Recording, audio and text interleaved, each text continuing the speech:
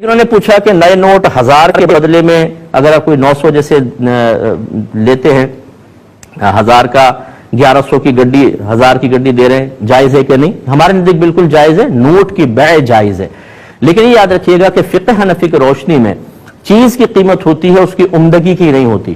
یعنی اگر کوئی کہے کہ یہ 1000 کی گڈی ہے، 1000 اس کے اور 100 روپے اس کے کرارے پن کے زیادہ لوں گا، تو یہ عمدگی، جودت، کرارہ پن مستقل کوئی ایسی چیز نہیں کہ اس کی قیمت مقرر کریں. بیچنے والے کو چاہیے وہ کہے کہ یہ 1000 کی گڈی ہے میں 1100 میں بیچوں گا، آپ کہیں ٹھیک ہے، نوٹ کی قیمت مقرر کریں، کرارے پن کی نہیں، بالکل جائز ہے. یہ جو بچے نے بہن نے کویسچن کیا کہ یہ تہجد کے نوافل کتنے ہوتے ہیں، دیکھیں کم از کم 2 ہوتے ہیں اور نبی کریم صلی اللہ علیہ وسلم سے 8 تک بھی ثابت ہیں.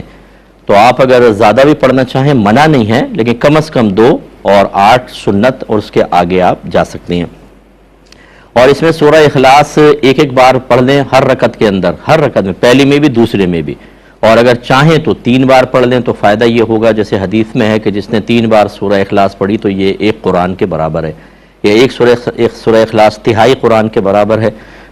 تو اس کا مطلب ہے 3 دفعہ سورہ اخلاص کا ثواب پورے قرآن کے پڑھنے کے برابر حاصل ہوتا ہے. تو اس لیے آپ 3 دفعہ ہر رکعت کے اندر الحمد کے بعد سورہ اخلاص پڑھ سکتی ہیں. اور صلاۃ التسبیح کا جب چاہے پڑھ لیں، جب نوافل مکروہ نہیں ہے اس وقت پڑھ لیں، لیکن ظہر سے پہلے پڑھنا، زوال کے وقت ختم ہو جائے اور ظہر سے پہلے، یہ افضل ہوتی ہے.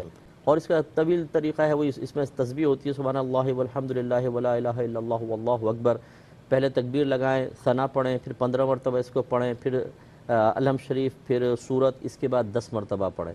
اس طرح پھر رکوع میں جا کے 10 مرتبہ، پھر رکوع سے کھڑے ہو کے 10 مرتبہ، ایک سجدے میں 10 مرتبہ، پھر اٹھ کر 10 مرتبہ، پھر جائیں اندر 10 مرتبہ. اس طرح ایک رکعت میں تقریباً یہ 75 بار ہو جائے گی، اور کل 300 بار اس طرح پڑھنی ہوتی ہے.